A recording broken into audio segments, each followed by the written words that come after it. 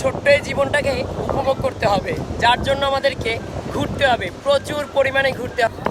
Hello guys, এখন আছি কুয়াকাটা সমুদ্র সৈকতে, আর সাগরকন্যা নামে পরিচিত আমাদের এই কুয়াকাটা সমুদ্র সৈকত সত্যি অসম্ভব সুন্দর আর ভালো লাগার একটি জায়গা, পর্যটক কেন্দ্র।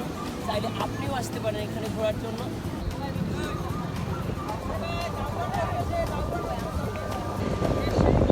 এখন আমরা আছি সাগরকন্যা নামে খ্যাত সমুদ্র সৈকত কুয়াকাটা বিচে, আর এখানে আমার সাথে আছে আমার দুই বাবা আর মাশরাফি, আর সাথে আছে আশরাফি, আর ওদেরকে নিয়েই আমি কুয়াকাটাতে ঘুরে বেড়াচ্ছি।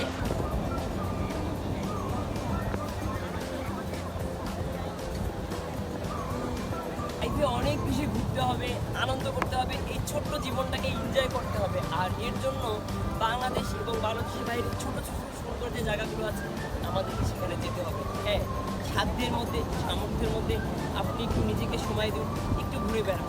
যেমন আপনি চাইলেই চলে আসতে পারেন কুয়াকাটা সমুদ্র সৈকতে, অসম্ভব সুন্দর একটি জায়গা, বিশেষ করে সাগরের ঢেউ সব কিছু মিলিয়ে সত্যি অসাধারণ, আর লাইফটাকে এনজয় করতে হবে।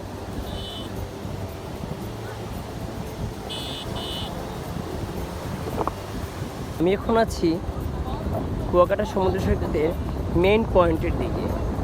কুয়াকাটা সি বিচের এটা একটি মেইন পয়েন্ট, আর এখান থেকেই মূলত সব থেকে বেশি পর্যটকরা এখানে থাকে।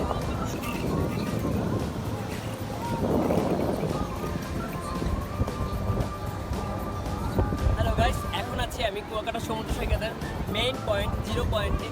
আর আজকের ঈদের আনন্দকে দ্বিগুণ করার জন্য পর্যাপ্ত এখানে গেস্ট এবং পর্যটক আসতেছে, আর সব কিছু মিলিয়ে সত্যি অসাধারণ একটি পরিবেশ এখানে। আর আমার পিছনে ঈদ আনন্দ পরিপূর্ণ করার জন্য অনেকেই চলে যাচ্ছে ঘোরার জন্য, আর সব কিছু মিলে সত্যি অসম্ভব একটি পরিবেশ কুয়াকাটা সমুদ্র সৈকতে আজকে। আর ঈদের আনন্দকে আরও বাড়িয়ে দেওয়ার জন্য অনেক গেস্ট পর্যটক চলে আসছে কুয়াকাটা সমুদ্র সৈকতে।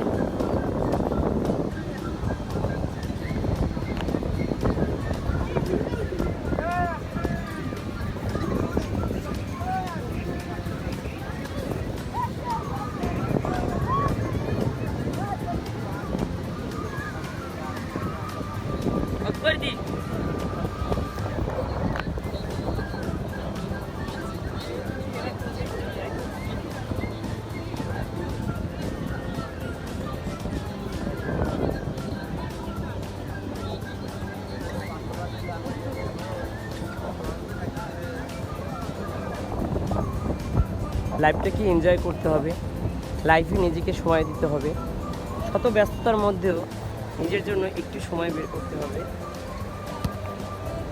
আর যদি কখনো সময় পান, সাগরের পাড়ে চলে আসে, মুক্ত বাতাসে সাগরের পাড়ে এই ঢেউয়ের সাথে নিজেকে কিছুটা সময় দিন।